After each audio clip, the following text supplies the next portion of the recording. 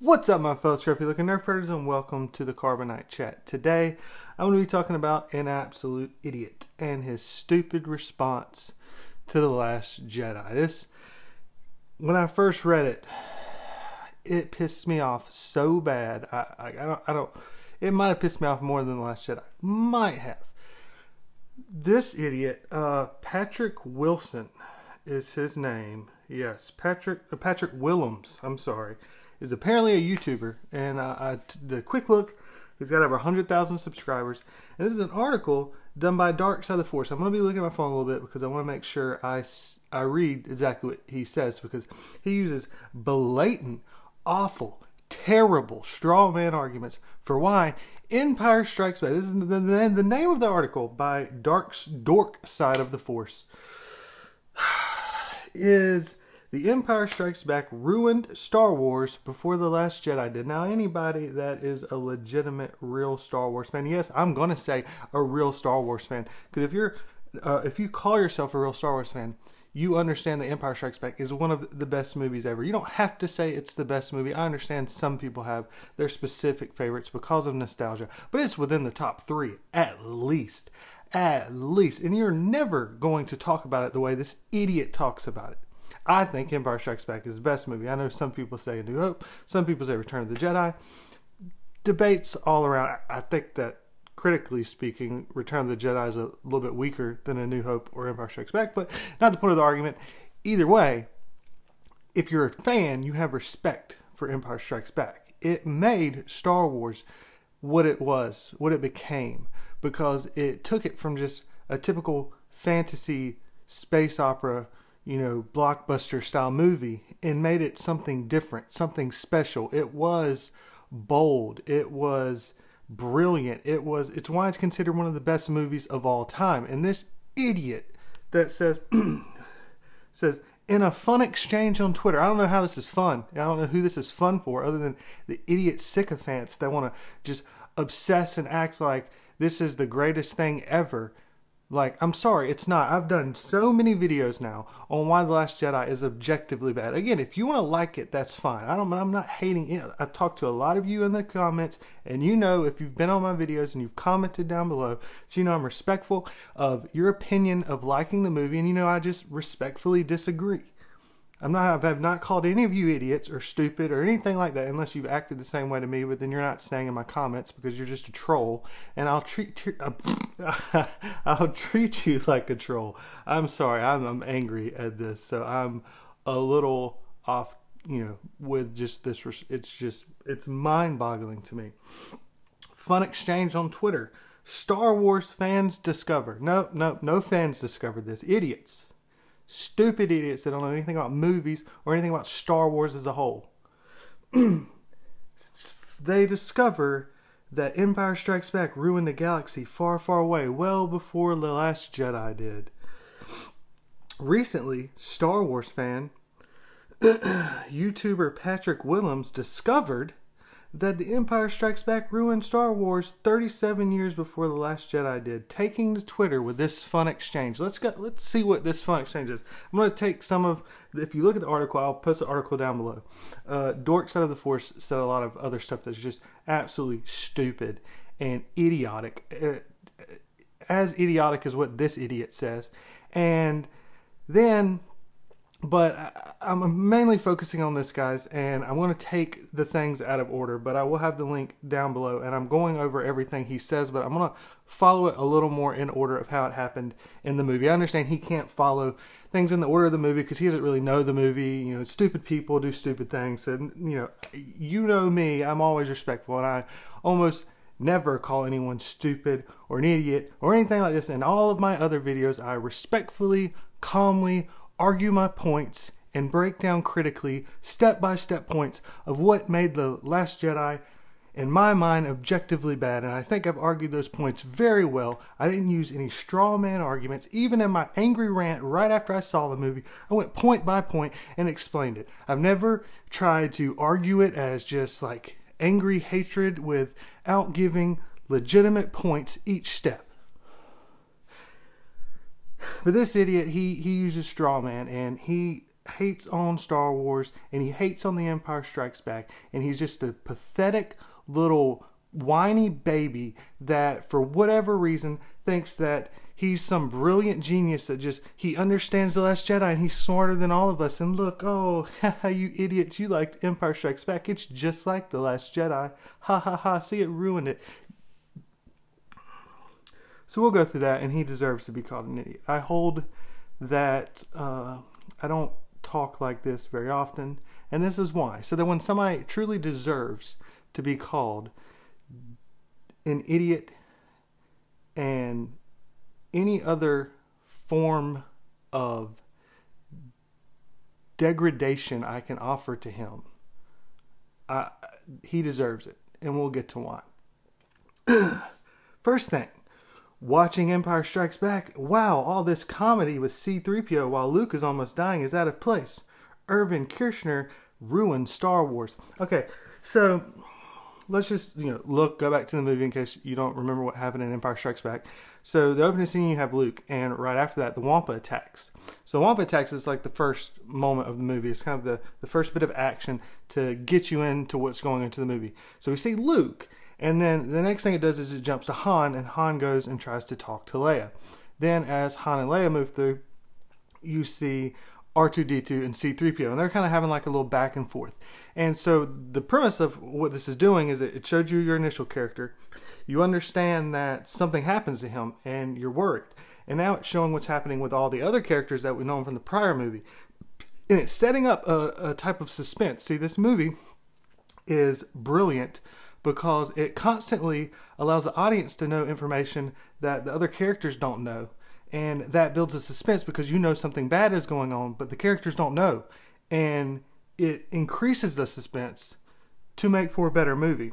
I know this is kind of confusing for those of you who may be fans of Patrick Willems and don't understand that these things happen, that scary movies, the scary part is the suspense building up. There's a bad guy around the corner and you're not wanting to peek around that corner, or you're watching it and the person's about to go downstairs but you already know the bad guy's downstairs. That's what's scary, not the actual bad guy just being there. Like, it's suspense. That's what it's all about. It's the ability to not just go action, action, action, action, action.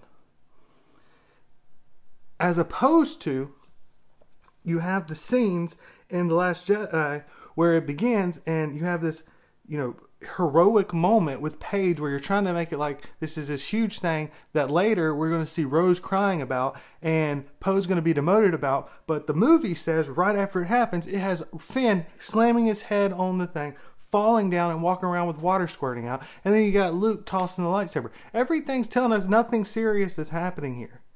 And then you continue to go through this where you have the Luke talking to Rey, and he's asking her, who are you? Where are you from? All the questions we want to know as fans. And it's a very serious tone. It's in all black all around. The tone is telling us this is a serious moment. Luke is a serious guy. None of the original trilogy has him as like the Joker. Yet you're trying to tell us this grumpy old Scrooge now is now all of a sudden really funny. He wants to try to laugh about everything. They fail that if he's changed as a character and he's now not wanting to believe in the Force and not wanting to help his friends and all that all of a sudden he got a humor that just doesn't work. That doesn't fit. Like, it doesn't work. Like, it's mind-boggling. So then she's talking to him and she says, "Oh, I'm from Jakku," and he goes, "Oh man, guess you are from nowhere." That doesn't fit. Tonally it destroys what's going on here, but it fits. One more little last thing, and there's plenty of them. I've got plenty of videos, and actually I'm going to do tomorrow about the humor, well maybe not tomorrow, I'm going to do soon the humor of The Last Jedi and why it just bombs, because it continually destroys suspense and tension. This is actually used as a moment to build up suspense. Just like if you're watching a movie and you see the bad guy, Michael Myers, walking up behind the window, and you see him in the window, and then it shows the two people inside the room and they're making a joke. You're not going to go, "Oh, that joke's killing, the joke's messing up the tension of this moment." No, it's increasing it because you're just like, "Why are you making jokes right now? You're about to die." Just like you'd be like, "All right, why is R2 and D2 and C-3PO just doing this? They need to go Like, Luke's not found. Where's Luke at? Someone go. It builds suspension. It's genius, actually. It fits the tone. It fits the characters. C-3PO and R2 are always bickering back and forth. It fits with what happened before in Star Wars. You've seen that. Oh, there they go. They're still doing the same thing. Same with Han and Leia, fighting back and forth. Oh, they're still fighting. And then, so as I was saying in The Last Jedi, you've got the final battle scene, and because everyone likes to say, oh, it only happens at the beginning, but then they didn't do it. Actually, no, it's just as bad at the end. And the Falcon's trying to fly away. It's trying to lead the TIEs away from everybody else on Crate. And there's only our heroes left. Only our heroes left. And they're flying away. And the TIEs are chasing them. It's the only ship we have left to get off the planet. And they have porgs flying into windows. And that wasn't enough, right? If the porg flies into another shot shows where the porg's sitting right there and Chewie has to knock it off after the porg does his little squeal thing. This is humor, not where it belongs. But still, so that happens. And we follow along what's happening with all the characters. And the characters start to realize that Luke's disappeared. Han finally realized that he needs to go after and find Luke. And that's when we cut to Luke and see him hanging down in the Wampas. And then he goes and cuts himself down, and he's trying to run out, and he falls down in the snow. And so now we're into the moment of him actually where we know he's in trouble and could be dying. The only other time it cuts back to C-3PO is it has R2-D2 with the scanners looking out there, and C-3PO comes over, worried about his friend, and says, we need to come back in here. Luke's going to be all right. We're going to be able to find him. I'm sure he'll be okay. And then finally he tries to get R2-D2 back, and a little bit later he has the same thing where they have to close the doors, and Han and Luke are out there and they can't be able to save him. And Leia's clearly worried, and C-3PO comes over and gives the odds and says that R2-D2 said there's 527 to 1 odds that they can survive out there. And then he's like, but you know, sometimes he's wrong. He's not always right. Like, he's caring. This isn't joking. This is a droid realizing the tone of a scene. Something Rian Johnson can't even understand. And this idiot isn't able to understand either. But that's it. Outside of that, there's like no jokes. The only other jokes that I could really remember from the movie are Han trying to work on the ship. And this is after Luke's been saved. He's already been into the Bacta tank and healed. We've already had the scene where Leia calls him a scruffy looking nerf herder and she kisses Luke. And it shows Han working on the ship. It's a pause, it's a rest time between that moment and then the next moment where the Empire's going to show up and they have to evacuate. And he's trying to fix the Falcon and something kind of explodes and he starts freaking out and he's trying to stop the fire. It's fitting, it's that character. It's the joke we all know. The Millennium Falcon's a piece of junk and he's always trying to work on it. It never quite works out. This isn't ruining Star Wars. It's completely sticking with everything we know about Star Wars, you idiot. Next point. We have... and now Han and Leia are basically in a romantic comedy. Get this corny humor out of Star Wars. Please go through there and watch Empire Strikes Back. And please send me 1, 2... anything. Send me some kind of corny humor in that, please. You're going to call this a romantic comedy? No, you idiot. I've already done a video on why Princess Leia and Han's relationship is absolutely beautifully done and how to do love.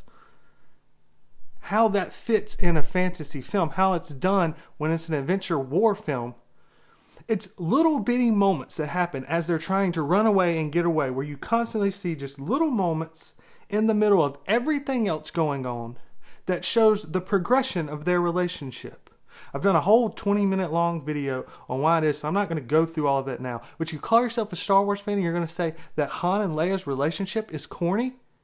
It's a romantic comedy? Give me a freaking break. Are you kidding me, you absolute idiot? Then it goes, it says, Luke has telekinesis now. Way to break the whole mythology. Okay. We need to do some learning here. Okay. So, we know nothing about the Force or how it works at this point. We've seen a few minor things in the original Star Wars or A New Hope now. we saw a few minor things, but we don't know how the Force really works. See, this movie explains to us how the Force actually works through Yoda. But at this point, we've only seen a few things. This movie allows us to, when he reaches out to grab the lightsaber, it allows us time to kind of put the pieces together, what's happening, but it doesn't destroy anything that we know because we don't know anything. We don't know what the capabilities are. We're just learning them as each moment happens. So yeah, we haven't seen this, but we have not seen anything that tells us this isn't possible. But with Leia, we've now had 7 movies prior to this. We saw an entire Jedi Order with thousands of Jedi. Some of the most powerful Jedi of all time, Jedi Masters, and we never saw anything near this. Nothing even close to this. None. And they've been trained for years upon years, for Yoda almost a century, or not a century, was that a millennium? Millennia? 1,000 years. And yet, none of them are doing this. You don't see Yoda floating around. People even still said when Yoda did the hopping around in Attack of the Clones, and also later in Revenge of the Sith, that they were like, why is Yoda doing this? This doesn't even make sense. Even though he's a trained Jedi for 900 years. So when you have Leia, who's not trained, and a lot of people want to sit there and act like, oh no, well maybe Luke trained her. He didn't. We've got it in the novels. He told her a few things that she could try to do, where she tried to feel the Force a little bit, tried to do some Force meditation a little bit, but she was never trained by Luke. The canon has already said that. But even if it hasn't, there needs to be a hint of something. There needs to be an idea. See, we have a history now, so we know what to expect from Force powers. So when Leia all of a sudden floats through space, even though she's never even done anything before in her life, we've never seen her use any Force powers. Now she's all of a sudden doing something bigger than anyone else has ever done in history. I mean, yeah. That's a little bit different than Luke pulling a lightsaber from the snow, in a moment in which we have no understanding of what Force powers are and how you gain them or what's their limits. But now we understand limits a little bit better. I mean, I'm sorry, it's so unbelievable. Like, you know, it's crazy. I guess I don't understand in a logical mind. And if I could think it logically, like he could, I would maybe be able to understand why someone could say something so stupid. But I think logically, and I understand film clearly better than he does. I'm usually on the humble side when it comes to, you know, my comments on me, but I feel confident enough to say that I know film, and definitely Star Wars, better than this idiot. So then, you know, he does that, and then it says, oh, Jesus, this is him in his tweets again. Jesus, I'm waiting for Luke to find the badass Jedi Master. There's just these endless scenes of a dumb Muppet stealing his food. Did he land on Sesame Street? Okay, so what do all the people say The Last Jedi is brilliant for? They say, subversion. It subverts your expectation. Oh, it's so brilliant. No, it's not, because when you subvert, it has to be an improvement upon what you already knew. So the subversion later that everyone knows about is, you know, Luke, you know, not Luke. No, I am your father.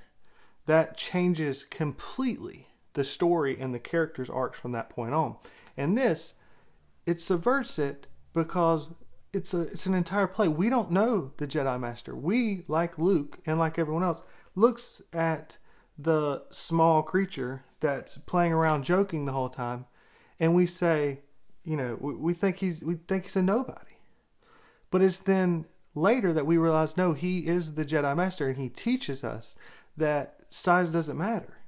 This is a very important thing for people to learn, especially when you have kids in the audience, even though this is not a kids movie. You have kids in the audience. If you want to say it's a kids movie, then okay, you want to show your kids people being beheaded, people's limbs being cut off, people jumping or committing suicide. Like, give me a freaking break. It's not a kids movie.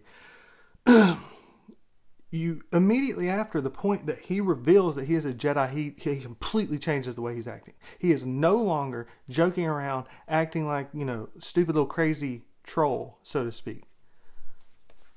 So you have this small little point that's used, and again, in a moment where it's some humor, that you then have a moment of, calm, where you have this frustrating. He says, Jesus, I'm waiting on this to happen. This is called brilliant storytelling, because this is brilliant directing and screenwriting, because you're starting to feel a little bit of the same Luke is. Luke's being annoyed by this as well. It's funny because Luke in The Last Jedi is always joking around. You would think he would just start having a slapstick back and forth with Yoda, but no, that's not Luke's character.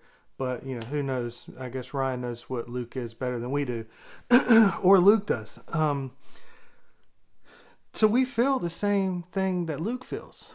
And this is, again, this movie's structured so brilliantly. It's absolutely beautifully done movie. And this is one of those points where we too are like, okay, hey, we want to find out where this is at. Because when it's cutting back and forth, it's cutting back and forth to Han and Leia being chased by the Empire. And we're like, hey man, Luke's down here and he's not really getting anything done. And here's Han and Leia and they're being chased. And Luke needs to be out there. Why isn't he going? He's not heading out there to where the rest of the rebels are. What's going on here? Like, stop wasting time with this little Muppet, as he says. And then it reveals that he's a Jedi Master, a wise Jedi Master.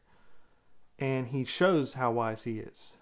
And he shows that even though he's smaller, he can later lift an X-Wing that Luke couldn't lift. And so no, size does not matter. So it's a subversion of expectations. See, this is subversion done well. Not the crap in The Last Jedi. There's never a moment where it subverts your expectation. You can look back and be like, wow, okay, yeah, that was, man, it changes the way you view it. It doesn't change the way you view it when you find out that Holdo had a plan the whole time. You just look back and like, why is this idiot not saying anything? Why is she not telling anyone the plan? Say something, you idiot. Like, that's not brilliant subversion. Like, and there's just so many other moments where it's subversion for subversion's sake. Like, oh, we're going to kill Snoke because, why? No one will be expecting it. It doesn't really do anything for the story. It changes the title before Kylo's name, but outside that, it doesn't really do anything. It doesn't affect the story going forward, but it's a subversion. That's all this movie is, all Last Jedi is. Empire does it brilliantly, and this is one of those moments. And this idiot is hating on it because he's stupid. Then he goes, wait, Darth Vader, ultimate badass villain, is just a lackey to some crusty old dude. Does this old dude even have a name? Where does he come from? Oh, and here we come with the argument. We didn't know anything about Emperor Palpatine, but we knew something. We knew some stuff about Snoke. This is why we didn't need to know anything about Snoke.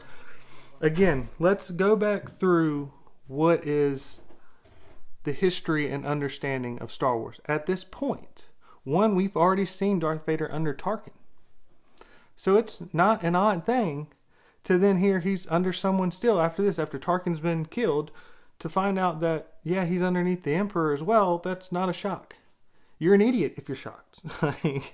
The story has told us this. This isn't flipping the script on what we knew of Star Wars, ruining Star Wars. No, it's not. It's just giving us a picture, a glimpse of, oh, this is the bad guy. And there's another one still. And the reason we don't need to know anything about him is because we don't know anything about the story or anything that's going on at this point. This whole time, we learn what our characters learn that we were following along with. We know that the Empire's there. We know that there's some kind of Emperor. And we know about Darth Vader. We don't learn about the Emperor until Luke learns about the Emperor. Till Luke meets him. That's when we begin to learn some about the Emperor. But as I showed in my video about Emperor why Snoke didn't work, Palpatine, we didn't need to know about him at that point. We understood all we needed to know about who he was at that point. Why that doesn't work for Snoke is because Since then, we've had 6 movies.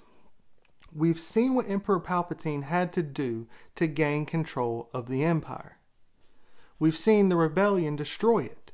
We've seen that they've now had control, but now, 30 years later, this guy has control. And not only does he have control, he's turned Leia and Han's kid to the dark side. And not only that, he's built an entire army up that seems to be even larger and more powerful than the Empire before it. And yet, we know nothing about him. And he was there before he watched the rise and fall of the Empire.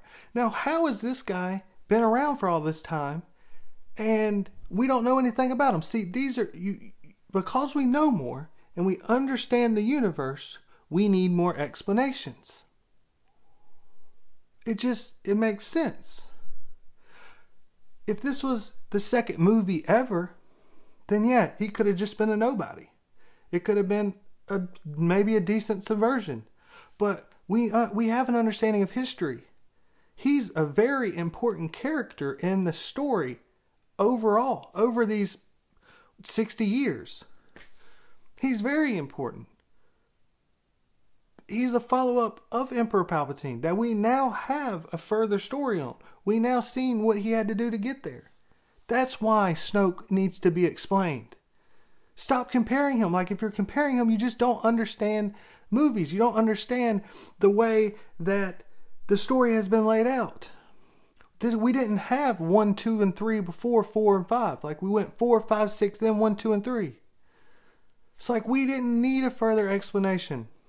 He was not the point. He was the kind of point that made Vader and Luke, their arcs, finish and complete, because they were the main characters that we've been following for 3 stories, for 3 movies.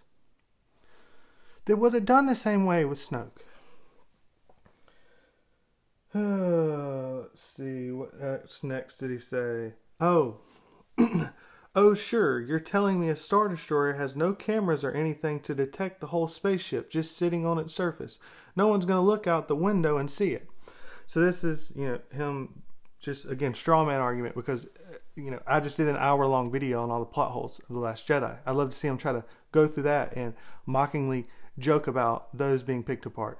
Now, he just pulls out some straw man and tries to make it sound so stupid. In case you don't know what a straw man argument is, a straw man argument is where you basically take someone's argument and you make it sound so stupid and absurd that no one would believe it. And so by doing that, the average person is going to agree with you, because they're like, oh yeah, well, of course. So to say this and the way he says it makes it people just blindly like, oh man, yeah, you're right. Huh? I didn't think of that, man. Instead of like trying to explain it in a legitimate way, to give respect to both sides.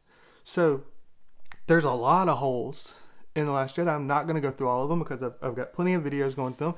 And either you've seen them, or if this is your first time watching me, there's plenty of them to check out. Or if you just want to act like I'm the idiot, then you probably don't want to challenge yourself and see whether or not your beliefs stand true. Because I've put all my stuff out there. I'm willing to talk to anyone about it. But why there's cameras? Oh yeah, because cameras are a thing in this is something we've seen on Star Wars, is that there's cameras all around the ship. No, we've never seen that. But what we have seen is them checking for ships flying around, and they have everything turned off on the ship while they're hidden behind it. This is why you see Han say, hey, Chewie, go over there and stand by the manual claw to release, and they're just going to float out into the trash so that they can't read a ship being near them because all of the power's turned off. See, when you write a story well, the villains are always scary and always, fearful. You fear them because they're smart. They're clever. They can pull off things, and you constantly have to be worried about your protagonists, because if they screw up, they're going to get captured.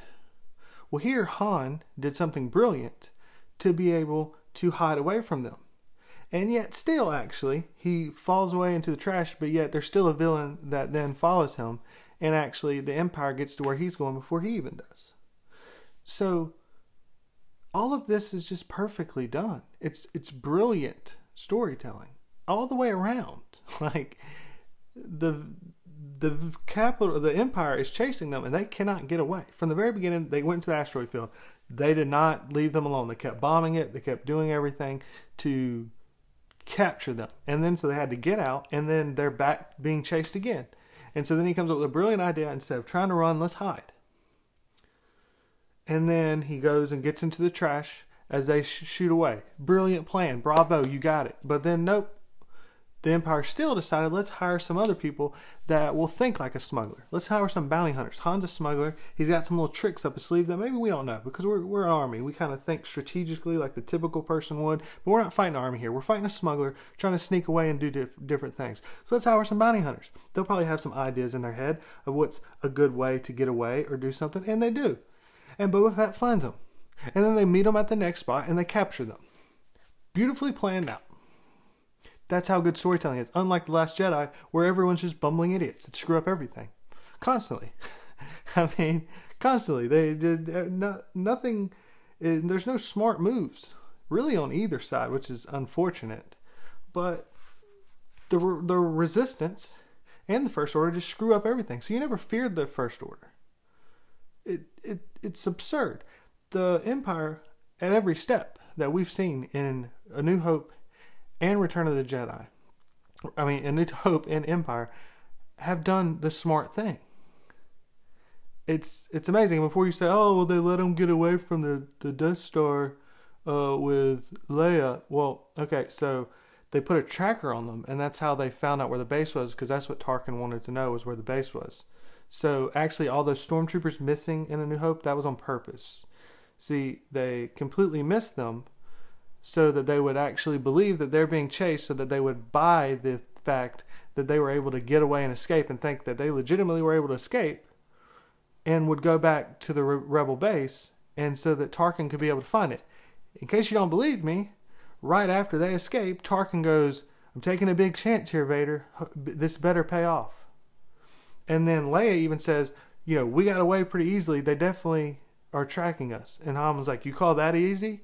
So that was what they were trying to do. If they didn't shoot at them, then they're going to be like, oh, well, they're just letting us go. We definitely don't need to go back to the rebel base because that's what they want us to do. See, it's brilliant.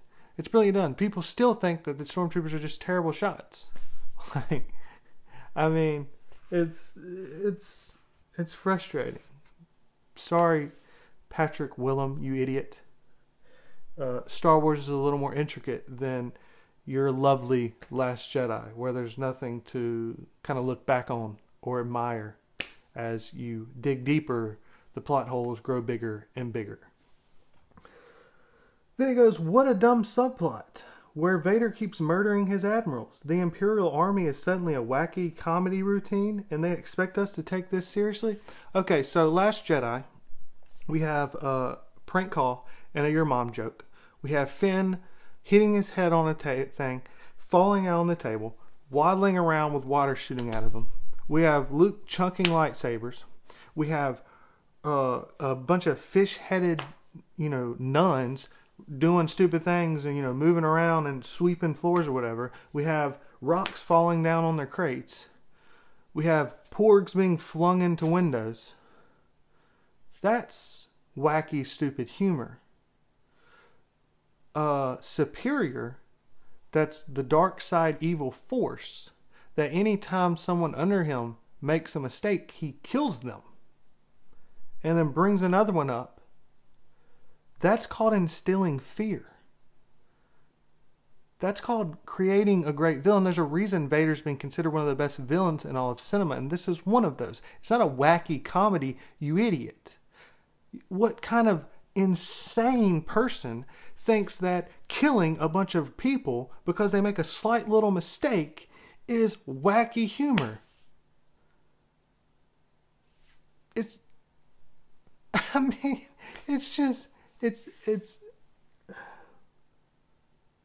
infuriating. I lack the words to explain how stupid this person is. Then it goes, isn't this series supposed to be about a war? The whole movie is about hanging out in swamps and going on a road trip. What's the whole rebel army doing? Shouldn't they be trying to, like, win? Okay, so I guess one comment he's trying to make is how people are like, you know, the Republic isn't around in The Last Jedi, and people were wondering about that, which, yeah, they didn't explain it well enough. If you read the books and stuff, I mean, I knew what was going on because I've read all the books, but it didn't explain it in the movie. But guess what? It did explain it in Empire Strikes Back. You meet, and we're on the rebel base, and they're going to flee, and the rebels are all heading to a rendezvous point, and they say, hey, we're all headed there. But then when Han's trying to get Leia to her transport, the snow caves in on them, and they have to go into the Millennium Falcon, and they're constantly fleeing from the Empire to try to get to the rendezvous point. Luke goes on a different mission because he's trying to train to be a Jedi. So we know where the rebels are. This is just a character developing moment, which is very, very bold to do in a movie that just had A New Hope in the way that was done. To then sit back and not really show that much action. To then develop these characters so that we care about them so much that they become some of the most iconic characters in all of cinema. Something that The Last Jedi couldn't do. But then they say all we're doing is following them around. Okay, so I guess he's arguing the point where everyone says that The Last Jedi is stupid because the storyline is one ship slowly following another one shooting at it. Now, if you just look at it as an outline, you could say, oh, this is similar to Empire Strikes Back. I have a video that says Empire Strikes Back is a ripoff of Last Jedi is a ripoff of Empire Strikes Back, because point by point it just follows it. Obviously the storylines are greatly different. Unfortunately, because I mean I would have rather had a ripoff of the storyline of Empire Strikes Back than what we got with The Last Jedi. Instead it just rips off the plots and then creates the worst storyline in between them that you could possibly have. Like this. The Empire, or the First Order, is chasing the Rebels or Resistance. So of course, in The Last Jedi, Ryan's so stupid, he keeps switching it from Resistance to Rebels. He doesn't even know who his people are, because he's an idiot, just like this guy. The difference is we just have one stagnant ship flying, as another one shoots it constantly, even though nothing happens. This is like an hour of the movie. Just this constant doing of this. Yet, with Empire Strikes Back, we have the Millennium Falcon flying around. He's trying to get the light speed to work. It doesn't work. He ends up he's trying to fix it as they're getting shot. He's trying to maneuver away from like 3 Star Destroyers. He finally gets into an asteroid field. And then getting into the asteroid fields allows him to get a little bit of freedom. Once he gets in there, he gets into what he thinks is a cave. You have a few moments to build up the characters to, draw out this relationship that now is considered one of the best relationships in cinema. And it's still not even there that long. And then they're back out, and then they're flying away trying to be chased again. And then he comes with the idea, let's stick behind the back of the back of the Star Destroyer. And then he floats off into, there's action going on here. This isn't a stagnant thing. To try to compare the two, and then, it's just, I'm speechless. It's hard to even understand what this idiot can be trying to argue. His points are so dumb that it's hard to give him or understand the rationale behind what he's even trying to say. Then he says, Yoda, don't go, it's a trap. Luke, I'm gonna go. Leia, Luke, stop, it's a trap. Luke keeps going. How do they expect us to root for a protagonist this stupid? All suspense of disbelief is gone. And then he says, 2 days of training, and Luke is suddenly a better fighter than Obi-Wan Kenobi. Lack of consistency. Let's break into this. Luke has a character, is a very developed character in that he's always going to try to go after and protect his friends. And so he goes to do that. Now, as he goes to do that, he runs into issues. He's told not to go. He's told that he'll run into danger. He's told that he failed in the cave and this will happen again. But yet he continues to go. Now, of course, I know a lot of you that's seen The Last Jedi, you might say, but that's not Luke's character. Luke's going to hide away somewhere else. and he's going to try to hurt those that are close to him. And then he's going to just sit around and drink milk from a sea cow, and he won't help. He may try to send a Force vision away so that can battle for him, but he would never go battle. No, that's Jake Skywalker. We're talking about Luke Skywalker here. He goes, and he ends up getting just destroyed for it. He gets his hand cut off. He ends up having to fall down. He jumps to a suicide so that he doesn't join Darth Vader. He's completely wrecked when they fight. I mean, it's just an embarrassment. I mean, just beat. It's not even close. So we see this character get attacked by Wampa. So the argument is that Rey. People say it's just, you can't believe it, and how are we supposed to root for this character because everything works out for him? Rey's never struggled. She shows up. In this movie, she shows up. She doesn't really do that much training. A little bit of training. She immediately goes to the Dorkside cave. She's told, nope, don't go there. She still goes there. And then she's told not to go to Kylo. She still goes to Kylo. So same thing, Luke. But then she gets there and nothing really bad happens. What did she learn from this? Nothing. How did she struggle? She didn't. What was her character arc? She didn't have one. There was not, and then she just lifts a whole bunch of rocks and moves them. Even though Luke, while being trained by Yoda, is struggling to lift one little rock up and move it over here. And then when he tries to lift up the X-Wing, he can't. And then when he goes to try to fight Vader against what Yoda tells him, he ends up getting defeated. No, that fits. I believe that's what I expected. Yeah, I'm sure. And when it came out in 1980, people were like, wait a minute, how can you do this to our beloved character? But that's why it becomes great, because it was willing to put a character where we're used to just seeing our superheroes always be spectacular superheroes. Back in that day, it was, Batman and Superman. And Batman and Superman's not losing. He's going to win. Yeah, they did some little struggles here, but I'm going to take that back. I don't know. I didn't live there, so I'm going to hold off on that argument. I'm going down a rabbit hole that someone can defeat me on, so I'm going to stop there. If you're commenting that I'm wrong, I may be wrong. I'm sorry. Let me stick to what I know. Luke has struggles. We get that. We understand that. Rey doesn't. That makes no sense. No one understands what it's like to be a perfect specimen that never makes any mistakes, that does everything right, even though they actually do everything wrong. If you look at what Yoda talks about on everything that it means about going to the dark side, that's everything Rey does, but she doesn't even struggle with the dark side. She doesn't even consider turning. This makes no sense. Again, we've got movies beforehand that tell us what happens. And then he says, Luke's only trained for 2 days and he's better than Obi-Wan Kenobi. Lack of consistency. How is he better than Obi-Wan Kenobi? Obi-Wan Kenobi held off Vader for a second and then turned off his lightsaber and just got himself killed. He willingly gave himself over. Luke's getting whooped. Obi-Wan was never being whooped. He was defending himself perfectly fine. So, what is even your point in this? What about it is showing that he's surpassed Obi-Wan?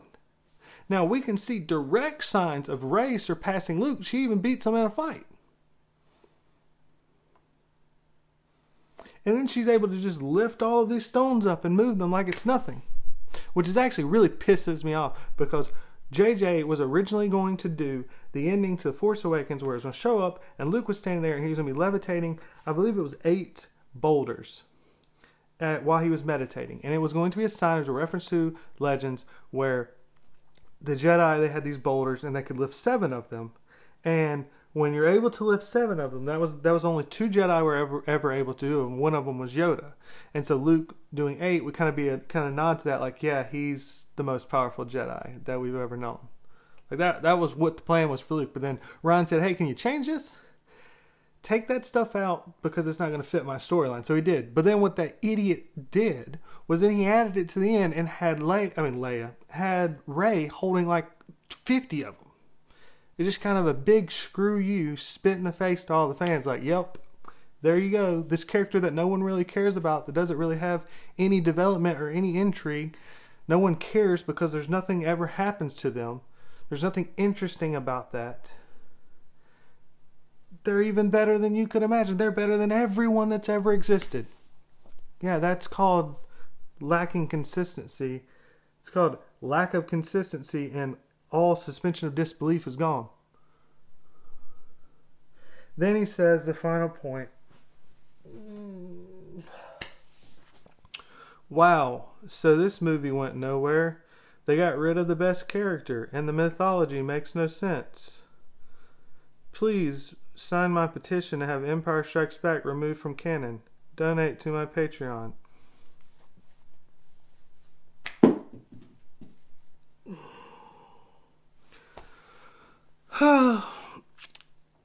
It went nowhere?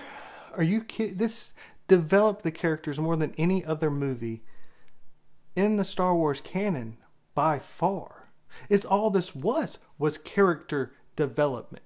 You idiot. Sign my petition and please donate to my Patreon. Are you freaking kidding me? As if like the only people that are hating on her are just trying to get money from the other people that are hating. Like, no, I've got plenty of videos and plenty of explanations with probably hours of breaking down the Last Jedi. Definitely hours of breaking down the Last Jedi. There's a Patreon. It's just love for Star Wars. It's just defending it for all the other people that hate on it, and all they hear is idiots like you trying to sit here and call them stupid fanboys and saying that they don't understand movies and they just need to grow up and stop whining and crying. And maybe they don't have the time to sit down and break it down and or explain fully why it's the worst movie out of all the canon by far. And idiots like you are getting articles constantly to promote them and build them up to make their YouTubes bigger. Like, you're the one that's getting an article written because you wrote some stupid tweets. Donate to my Patreon. Are you freaking kidding me? It's the same thing you're doing here. You may not have a Patreon, but how many people read this article? And how many people started subscribing to you because of that stupid article? And then say it went nowhere. Okay, so it begins the movie. Luke is an untrained Jedi. Doesn't know about his father. He's trying to learn about the Force. Begin to get training. And we see that step. The movie perfectly sets up. If you watch the movie, there's constant moments every 15, 20 minutes where we see another testing of Luke's powers. So we get to see his growth in the Force. So we have the first where he's in the cave with the Wampa and him trying to be able to move the lightsaber, and it wiggles and he can barely move it. And then a little bit later, training with Yoda, we have him trying to lift up a little rock, and it stumbles and it falls. But you see him lifting a rock while doing an upside down handstand. And then we see him go into the dark side cave. And he fights against Vader, cuts his head off, but it's ultimately a failure because he's inside of there. And he didn't listen to Yoda. So then we go back and he goes and he's we see him lifting the rocks, and he's able to actually lift up a couple rocks, and he's lifting up R2-D2 as well. But then the ship starts to collapse down into the water, swamps, and so he falls down. And then, okay, we're tested again. Let's see if he can lift up the X-Wing. He can't. Yoda can. And then we go and we see the testing with it. So there's constantly, it's all about the growth of his character. And then we have Han and Leia, which are actually, if you look at the movie, they're bookend by Han telling Leia goodbye in the reaction. And then at the end, it's the same thing. But what we see is the complete difference of those two characters and what that goodbye means between both of them. You see the hat I'm wearing right here? It's a reference to one of the most famous quoted lines in cinema because of the character development that was done from this point to this point. And it doesn't overrun the entire movie. The movie is them trying to run away, and there's minor little points that you see the changes in their character, from they're fighting and arguing constantly to the back and forth of, her sitting there like, one day I can't wait to see you be able to, screw up. And then they get into the slug, and they have the little moments where she's angry with him, trying to push him away. She calls him a scoundrel, and he's like, oh, I kind of like that or whatever. He's massaging her hands, and she's like, let go of me. I like nice men. He's like, you need some more scoundrels in your life. And then he kisses her, and then C-3PO shows up, and she kind of goes off, and you see Han kind of looking, and you see there's a little bit of change in him. And then a little bit later, you see them arguing a little bit, and he's trying to run and flee, but then when he gets onto the back of the Star Destroyer and then kind of falls off, she congratulates him for a good job, and kind of tells him, like, you have your moments, and gives him a little kiss on the cheek. There's each one little step. See, that's what people don't grasp when they don't pay attention to movies, when they just look at it just blankly and don't try to pick apart and understand these little beats of the story, the beats of the character building. Each point, there's a little moment that begins to tell you that there's character development going on here. See these little things? And this movie does it so brilliantly. Each little step. You notice also at the beginning of the movie, Luke reaching out with one hand to grab the lightsaber? Can he reach out with the hand to grab the lightsaber by the end of it? No. See, these are all character development. To say this movie goes nowhere is insane. Absolutely insane. This guy's not a fan. Dorksideoftheforce, or whatever the stupid website's called, I will have it linked down below. They're all idiots. None of them know anything about Star Wars. They're not fans. And it's an absolute disgrace to try to say this to all these other people that have actual legitimate arguments for why The Last Jedi is objectively bad. I've got tons of videos. Come and try to prove them wrong. Or even if you can try to prove some of them wrong, do the same thing to Empire. Break it down the same way I've done to The Last Jedi. Good luck trying to explain it as why it doesn't live up to everyone else's, it's really not that great. It's nostalgia. Give me a frickin' break. No, it's not. It's not. It's an incredible movie. It's brilliantly structured. It was a bold idea to not go for the crazy wild action and adventure that the movie was known for, but to sit back and to develop and build these characters perfectly structured over an entire movie, where you have these moments of Han and Leia trying to flee and run away, intercut with Luke trying to train on Dagobah. And again, this is that suspense being built, where we see them fleeing and hiding, and we just see Luke training, and we feel like Luke does, where it's like, we're not getting anywhere. Hey, come on, hurry up training. We need to help. They're in trouble. That increase, each one of them builds on themselves. Luke's getting frustrated because he doesn't feel like he's learning fast enough. We're getting frustrated because we don't feel like he's learning fast enough. You need to get to Han and Leia. But it also benefits the Han and Leia because we see Luke's not getting very far, and they can't seem to get away from the Empire. Then when it finally seems like they got away from the Empire and they're headed to Bespin, Luke sees a vision and understands that Han and Leia are going to be in trouble. So now, Han and Leia don't know what's going on, but we know something's about to happen to them, and we're just waiting. It's brilliantly created, the suspense, the way each little moment builds upon themselves. It's just amazing. It's beautifully told. And to try to compare it to The Last Jedi is just insane. You, Patrick Willems, are an idiot. You're an idiot. The fact that you even attempt to call yourself a fan of Star Wars is an utter disgrace. You think you're funny and clever to say this, but you're not. It pisses me off. I'm actually, if you think I'm pissed off, I thought I was going to rant and rave like crazy in this video. I really haven't. I had to look it over quite a bit to kind of get my mind wrapped around this video. And my anger subsided over the times of kind of looking over this article. So I'm really not even as angry as I was before. I was very angry. But I'm sure this video has gone longer. I didn't expect it to be this long. But those of you who watch me know, you're not surprised that I went long on a video. But I had to do this. That article is an utter disgrace. And I could not leave it sitting there and not argue my points against it. I mean, oh man. Thank you guys for watching. As always, I'm going to cut it off here. I look forward to hearing your thoughts down below. Again, if you'd like to read this wonderful this wonderful article, I will have it linked down below. Also linked down below, I have a link to my TeePublic page and my Patreon. Just kidding, I don't have a Patreon. Apparently I should be, because he clearly knows that somehow you make money off of this. Oh, man. Why? I had to do all the plot holes, every plot hole in The Last Jedi yesterday, and now this. It's just, I've been bummed out by the end of my last 2 videos.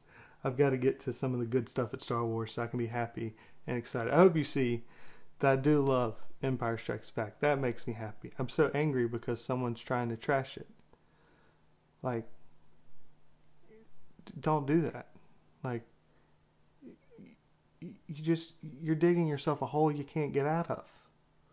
Why? Why would you try to do that? Go and try to Attack of the Clones. If that's what you wanted to do with this. Say, oh no, Attack of the Clones ruined Star Wars beforehand. I probably wouldn't have that big of an argument against you. I mean, I still think that Last Jedi is worse. I'm not going to, have a big fight with you, argument with you if you said that The Last Jedi was better than Attack of the Clones. I don't think so. But yeah, I mean, we can probably have a pretty interesting debate on it. But to say that Empire Strikes Back ruined Star Wars, I'm done. I'll post some of the videos I mentioned here. On this one, I'll post all of my playlist for all of Last Jedi in case you want to see all of them and you haven't. But some of the other ones I mentioned, like the Leia love. I don't remember what else I mentioned. I'll figure it out and post them here anyways. But as usual, guys, thank you very much for watching. I look forward to hearing all your thoughts and comments down below. And never forget, you nerf herders, I love you.